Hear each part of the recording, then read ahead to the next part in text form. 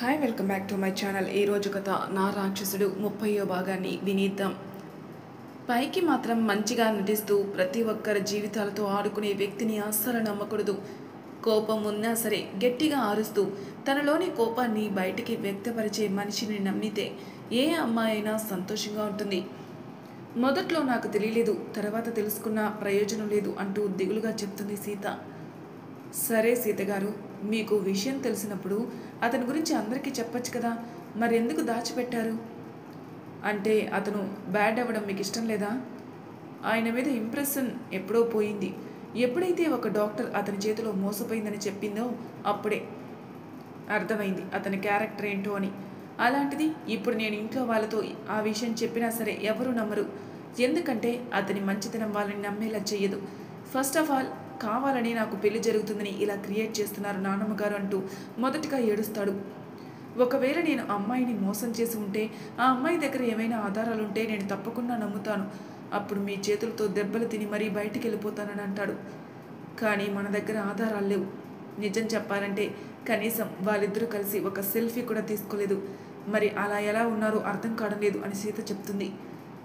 సరే సీత గారు, మరి మీ వారు మీరు కలుసున్నారు కదా, ఒక్క సెల్ఫీ అయినా తీసుకున్నారా అంటూ అమాయకంగా తన ముఖాన్ని అరిచేతుల్లో పెట్టుకుని అడుగుతాడు. అసలు నేను మాట్లాడుతున్నదేంటి, నువ్వు మధ్యలో చెప్పేదేంటి? రెండిటికి ఏమైనా పొంతనుందా? అడిగావు కాబట్టి సమాధానం చెప్తున్నాను. ఆ సమాధానం మధ్యలో నా పర్సనల్ లైఫ్ ఎందుకు ఇన్వాల్వ్ చేస్తావు? నువ్వు అర్థం కావడం లేదా నీకు? కాదు సీత, క్లారిటీగా తెలుసుకుందామని. ప్రతి విషయానికి ఎందుకు మీరు అంత సీరియస్ అవుతారో అర్థం కావడం లేదు. ఇందాక ఏదో చెప్పారు, పైకి నటించే వ్యక్తుల కంటే పైపైన అరిచే వ్యక్తులే మంచివాళ్ళని. అంటే మీ వారు అలాగే అరుస్తూ ఉంటారా మీ మీద అని ముసిముసిగా నవ్వుతూ తన్ని చూస్తూ అడుగుతాడు. ఓహో, వినాలనుకుంటున్నావు కదా, ఓకే. ఆయన ఏకపత్నివ్రతుడు. ఒక అమ్మాయిని ప్రేమించాడు, ఆ అమ్మాయిని పెళ్లి చేసుకున్నాడు.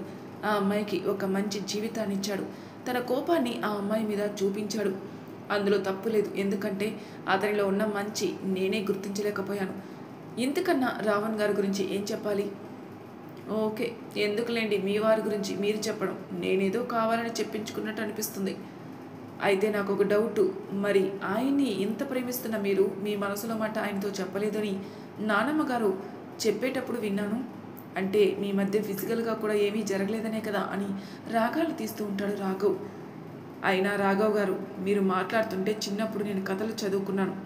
మనుషులకి మాటలతో చెప్పాలి, అలాగే పశువులకి కర్రతో చెప్పాలని. మిమ్మల్ని చూస్తుంటే నాకు అదే గుర్తుకొస్తుంది. అవును, ఇప్పుడు నేను మనిషిని కాబట్టి మాటలతోనే చెప్తున్నావు, అందులో నీకేమనిపిస్తుంది సీత?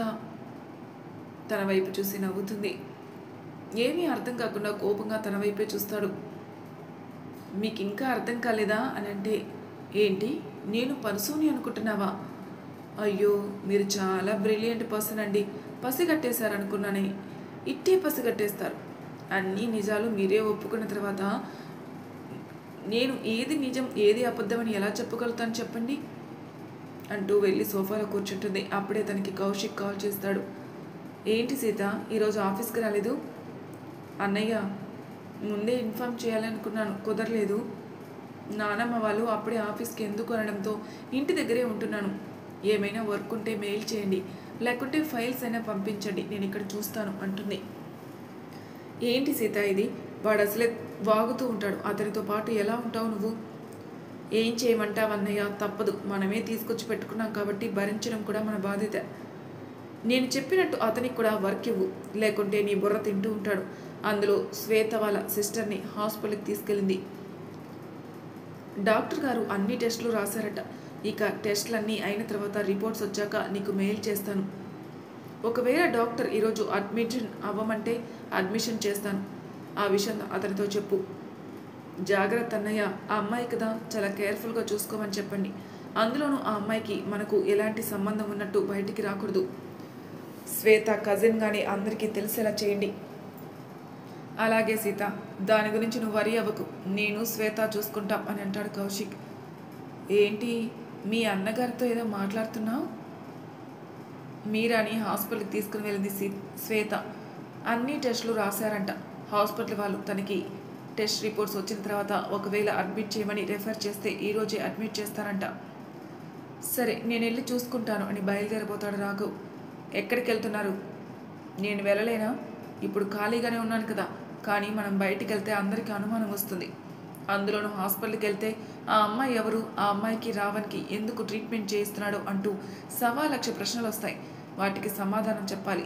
మెంటల్గా మీరా కూడా నలిగిపోతుంది. నాకు ఇష్టం లేదు, అందుకే చెప్తున్నాను. తనకి ఏం కాకుండా దగ్గరుండి చూసుకుంటుంది శ్వేత. ఆల్రెడీ హాస్పిటల్ వాళ్ళకి తను తన కజిన్ సిస్టర్ అని పరిచయం చేసింది. ఆ హాస్పిటల్లో వాళ్ళు నాకు తెలిసిన వాళ్ళు, అందుకే చెప్తున్నాను అక్కడ ట్రీట్మెంట్ బాగుంటుంది. ఏంటండి ఇది? అలాంటప్పుడు వేరే హాస్పిటల్కి తీసుకుని వెళ్ళచ్చు కదా, అక్కడే ట్రీట్మెంట్ ఇప్పించవచ్చు కదా. నేను నా చెల్లిని చూసుకోవచ్చు కదా. కాదు అనడం లేదు, కానీ గూగుల్లో చెక్ చేసి చూడు.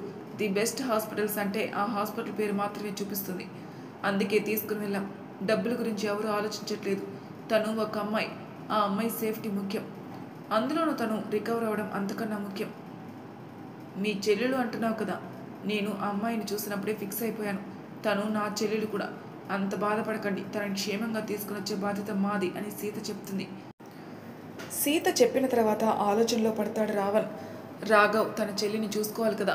ఇప్పుడు ఎలా తన హాస్పిటల్కి వెళ్తాడో అర్థం కావడం లేదు తనకి. ఎలాగైనా తనని తన దగ్గరికి ఉంచేలా ఒక ప్లాన్ చేయాలని అనుకుంటాడు. ఏంటి అంతలా ఆలోచిస్తున్నారు? మీ చెల్లెలి గురించే కదా. మీరు తన గురించి అంత ఆలోచించకండి. తన మీద మీకు ప్రేమ ఉంది, కాదు అనడం లేదు, కానీ నా మీద కూడా కాస్త నమ్మకం పెట్టండి రాఘవ్ గారు. తనకి సర్జరీ అయిన తర్వాత క్షేమంగా మీ ముందు నిలబెట్టే పూచి మాది అని తనకి నమ్మకాన్ని కలిగించేలా చెప్తుంది సీత. బామ్మగారు పిలవడంతో సీత కిందికి వెళ్ళిపోతుంది. అప్పుడు సీత ఫోన్ తీసుకుంటాడు. కనీసం ఫోన్కి పాస్వర్డ్ కూడా లేదు. అసలు లాక్ వేస్తేనే కదా. అందులో ఉన్న శ్వేత నెంబర్ తీసుకుని స్క్రీన్ మీద ఉన్న వాళ్ళ ఫోటో చూసి మర్చిపోతాడు. అది పెళ్లిలో తను తాళి కట్టేటప్పుడు శ్రీధర్ నవ్వుతూ కనిపించిన పిక్. తను నవ్వడానికి రావణ్ చాలా సాహసమే చేశాడు. అప్పుడు ఆ ఫోటో చూసిన వెంటనే తెలియకుండానే తన పెదవుల మీద చిరునవ్వు వచ్చి చేరుతుంది. మళ్ళీ తను ఎక్కడ పైకి వస్తుందో అని ఫోన్ ఎక్కడ ఉందో అక్కడే పెట్టే ప్రయత్నం చేస్తాడు. అప్పుడే లోపలికి ఎవరో వచ్చినట్టు అనిపిస్తుంది. ఒక్కసారిగా తను చూస్తే ఏమనుకుంటుందో అని భయం మొదలవుతుంది తనకి. ఇదిగోండి బాబుగారు, అమ్మగారు పంపించారంటూ ఇంట్లో చేసిన వేడివేడి బజ్జీలు తీసుకునొచ్చి పనమ్మాయి అక్కడ పెట్టి వెళ్ళిపోతుంది. అమ్మయ్య బ్రతికిపోయాను అనుకుంటూ ఆ మొబైల్ కాస్త ఎక్కడుందో అక్కడే పెట్టి నెంబర్ తీసుకున్న తర్వాత బాల్కనీలోకి వెళ్ళి తనకి కాల్ చేస్తాడు. హలో శ్వేత, నేను రావణ్. ఏంటన్నయ్యా ఈ నెంబర్ ఎవరిది? ఆ నెంబర్ అక్కడే మర్చిపోయానురా. అందుకే ఇంకొక ఫోన్ తీసుకున్నాను కదా, సిమ్ కార్డ్ కూడా మారింది. అందుకే నీ నెంబర్ సీత మొబైల్ నుంచి తీసుకున్నాను. ఇప్పుడు మీరాకి ఎలా ఉంది? తన హెల్త్ కండిషన్ కొంచెం క్రిటికల్గా ఉందన్నయ్య. అందుకే సర్జరీ చేయాలంటున్నారు కాబట్టి ఈరోజే తనని అడ్మిట్ చేస్తున్నాను. మీరు తన గురించి వరి అవ్వకండి. రాఘవ్ అన్నయ్య నాతోనే ఉన్నారు. నేను బావకి ముందే చెప్పాను, ఎవరికైనా డౌట్ వస్తుంది బావ, అందుకే మా ఫ్రెండ్ వాళ్ళ అన్నయ్యని మీరా వాళ్ళ అన్నయ్యగా తీసుకుని వస్తానని బావని కన్విన్స్ చేశాను. అందువల్ల బావ కూడా రాఘవ అన్నయ్య గురించి ఎక్కువ అడగలేదు. మీరా దగ్గరే ఉన్నారు, మీరు మాట్లాడతారా? ఫోన్ ఇవ్వను అన్నయ్య. వద్దు, కౌశిక్ మీ దగ్గర ఉన్నాడా? అవునన్నయ్య, కాస్త దూరంగా ఉన్నాడు. మళ్ళీ వాడికి అనుమానం వస్తుందిలే శ్వేత. ఇప్పుడు నా గురించి అందరికీ తెలియడం నాకు ఇష్టం లేదు. సమయం వచ్చినప్పుడు నేనే అందరితో చెప్తాను. అప్పటి వరకు మీరా జాగ్రత్త. ఎప్పటికప్పుడు అప్డేట్ నా ఫోన్కి కాల్ చేసి నాకు చెప్పు. అలాగే రాఘవ్ కూడా ధైర్యం చెప్పు. చెల్లెలంటే తనకి చాలా ప్రేమ. అలాంటిది అంత పెద్ద సర్జరీ అంటే కాస్త భయం ఉంటుంది తనలో. అందుకే చెల్లి ముందు ఏడుస్తాడు. వద్దని చెప్పు. చెల్లికి ధైర్యాన్ని చెప్పమని చెప్పు. నేను కూడా అక్కడ ఉంటే బాగుంటుంది, కాకపోతే రాలేని పరిస్థితుల్లో ఉన్నాను. వాళ్ళతో 8 నెలలు గడిపాను శ్వేత. తను రాఘవ్ని సొంత అన్నయ్యలా ఎంత బాగా చూస్తుందో అంతకన్నా ఎక్కువగా నన్ను చూసుకుంది. ఒక తల్లిగా మారింది నాకు. అలాంటి చిట్టి తల్లికి ఏం కాకూడదు, తను జాగ్రత్తగా ఉండాలని పదే పదే చెప్తాడు రావణ్. మీరు అనుకోవచ్చు శ్వేతకి నిజం ఎలా తెలుస్తుందని. ఒకరోజు రిహార్సల్స్ అప్పుడు సీత వెళ్ళలేదు. అప్పుడు కౌశిక్ కార్లో కూర్చొని ఉంటాడు. శ్వేతని వెళ్ళి పిలుచుకొని రమ్మని చెప్తాడు. అప్పుడు శ్వేత వెళ్తుంది. ఫోన్ చేయకుండా వెళ్ళారు కాబట్టి అప్పటికి రావణ్ భోజనం చేస్తూ ఉన్నాడు. తను టీషర్ట్ కాకుండా బనియన్ వేసుకుని ఉంటాడు. అలా సడన్గా శ్వేత లోపలికి వస్తుంది. ఉన్నట్టుండి పైకి లేచి ఎదురుగా ఉన్న శ్వేతని చూసి షార్ట్ వేసుకొని ప్రయత్నం చేస్తాడు. అన్నయ్య నేను చూసేశాను అంటూ శ్వేత మాట్లాడుతుంది. అంటే తన గుండెల మీద ఉన్న సీత టాటూని. మరి కౌశిక్ ఎక్కడ? బావ కారులో నీ కోసం వెయిట్ చేస్తున్నాడు. ఇంతవరకు బాగా రాదులే అన్నయ్య, నువ్వు ఏదైనా దాస్తున్నావంటే దాని వెనక ఏదో పెద్ద రీజన్ ఉంటుందని నాకు తెలుసులే. నేను ఆ రీజన్ ఏంటో అడగడం లేదు. మీరు రావనని నేను ఎవరితో చెప్పను. మీరు బ్రతికున్నందుకు చాలా సంతోషంగా ఉంది అంటూ తనని గట్టిగా పట్టుకుని ఏడుస్తుంది శ్వేత. ఈ విషయం వదిన వాళ్ళకి తెలిస్తే ఇంకా సంతోషిస్తారు వాళ్ళు. కానీ నీ నోటితో నువ్వే వదినికి ఆ మాట చెప్పాలి. అప్పుడు ఆమె కళ్ళల్లో సంతోషం, అది కూడా నువ్వే చూడాలి అని అంటుంది శ్వేత. అప్పటి నుంచి శ్వేత మీరా కలిసిపోతారు. అలాగే రావణ్ చెప్పినట్టు చేయడం మొదలు పెడతారు వాళ్ళిద్దరు కూడా. చాలా మంచి అబ్బాయి. 8 నెలలు తను సంపాదించిన డబ్బుతోని రావణ్ ఆరోగ్యం నయమయ్యే వరకు చాలా చక్కగా చూసుకున్నారు తను. కాబట్టి తనంటే కూడా తనకి చాలా అభిమానం. అప్పుడే లోపలికి వస్తుంది సీత.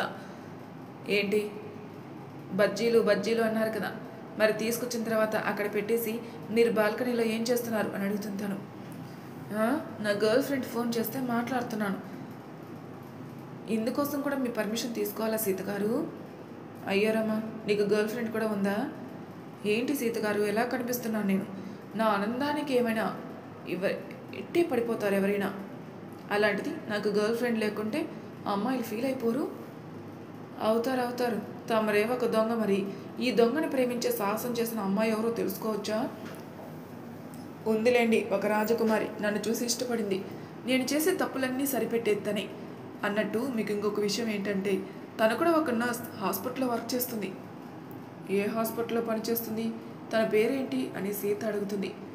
ఎందుకు మేడం అంత తొందరపడుతున్నారు? టైం వచ్చినప్పుడు అన్నీ తెలుస్తాయి. చెప్పండి. మీకు అంత ఆతృతగా ఉంటే తను ఎవరో చూపిస్తాను. మీ అంత అందంగా ఉండకపోవచ్చు, బట్ నన్ను చాలా బాగా చూసుకుంటుందని నమ్మకం మాత్రం నాకుంది. ఏం చేద్దాం, ఆ అమ్మాయిలు దొంగల్ని కూడా ఇష్టపడుతున్నారు కదా. దొంగలు అని అనకండి, ఆ దొంగ కూడా ఒక మనసు ఉంటుంది. ఆ మనసుని దొంగలించి ఆ అమ్మాయి కూడా ఉంటుంది. సీతాజీ పదండి, అసలే బజ్జీలు చల్లారిపోతాయి అంటూ బజ్జీలు తింటూ ఉంటాడు తను. ఏంటి, మీరేమైనా జెల్స్ ఫీల్ అవుతున్నారా నేను ఇంకొక అమ్మాయిని ప్రేమిస్తున్నానని? నేనెందుకు ఫీల్ అవుతాను అని అమాయకంగా అడుగుతుంది సీత. లేదులేండి, మిమ్మల్ని చూస్తే నాకు అలా అనిపించింది, అందుకే అలా అడగాల్సి వచ్చింది. కలలో కూడా అలా ఊహించకు అని మూతి తిప్పుకుంటూ వెళ్ళిపోతుంది సీత. ఏంట్రా కన్నా, ఏంటి తెగ ఆలోచిస్తున్నావు? అయినా ఏంటి డాడీ నీ ఉద్దేశం? నన్ను ఈ ప్రపంచానికి తెలియకుండా పెంచావు. నీకున్నది ఒక కొడుకు కూతురు మాత్రమే అన్నట్టు అందరికీ చెప్పావు. మరి నా గురించి ఎవరికీ చెప్పలేదేంటి? అసలే నేను చేసే పనికి నాకు ఊరి నిండా శత్రువులు ఉన్నారు. అందులో మనం ఎదుర్కోవాల్సిన పెద్ద శత్రువు రావణ్. అసలు భరత్ మీద వాడు పీకల వరకు కోపంలో ఉన్నాడు. ఇప్పుడు నువ్వు కూడా నా కొడుకు అని తెలిస్తే నీ మీదకి కూడా వచ్చేస్తాడు రా. కాబట్టి మీ అమ్మకి ఇష్టం లేకపోయినా సరే నేను హాస్టల్లో ఉంచి చదివించాను. కానీ ప్రతి నెల అందరం కలుస్తున్నాం కదరా. అన్నయ్య చేసే ప్రతి ఎదవ పనిలో నువ్వు కూడా ఉంటావు కదా. ఎప్పుడో తన చెల్లి భూమి చావుకి కారణం భరత్ అని మాత్రమే వాడికి తెలుసు. ఇందులో నీ చేతులు కూడా ఉన్నాయని వాడికి తెలిస్తే మొత్తం మన ఫ్యామిలీనే చంపి పడేస్తాడు. మళ్ళీ తిరిగి వచ్చాడు, వాడితో జాగ్రత్తగా ఉండాలి. వాడు సింహం లాంటి వాడు, ఎప్పుడు గర్జిస్తాడో ఎవరికీ తెలియదు. ఏంటి డాడీ అంత భయపడుతున్నావు? తను చూసి అసలు జస్ట్ మిస్ అయింది. సీతను పెళ్లి చేసుకుని ఉంటే వాడు నా కాళ్ళ కింద పడి ఉండేవాడు. అదే అర్థం కావడం లేదు డాడీ. అసలు తను నిజంగా రావణా లేకపోతే సీత ఆడిస్తున్న నాటకమా అర్థం కావట్లేదు అని ఆలోచనలో పడతాడు పృథ్వీ. మరి పృథ్వీకి వచ్చిన అనుమానం నిజమా? అది తెలుసుకొని రావణ్తో ఏమైనా మాట్లాడడానికి వస్తాడా? నెక్స్ట్ ఎపిసోడ్లో తెలుసుకుందాం. అంతవరకు నా ఛానల్ సబ్స్క్రైబ్ చేయని వాళ్ళు ప్లీజ్ సబ్స్క్రైబ్ చేసుకోండి. లైక్ చేసి షేర్ చేయండి. మీ అభిప్రాయాలను కామెంట్ రూపంలో తెలియజేయండి. Thank you.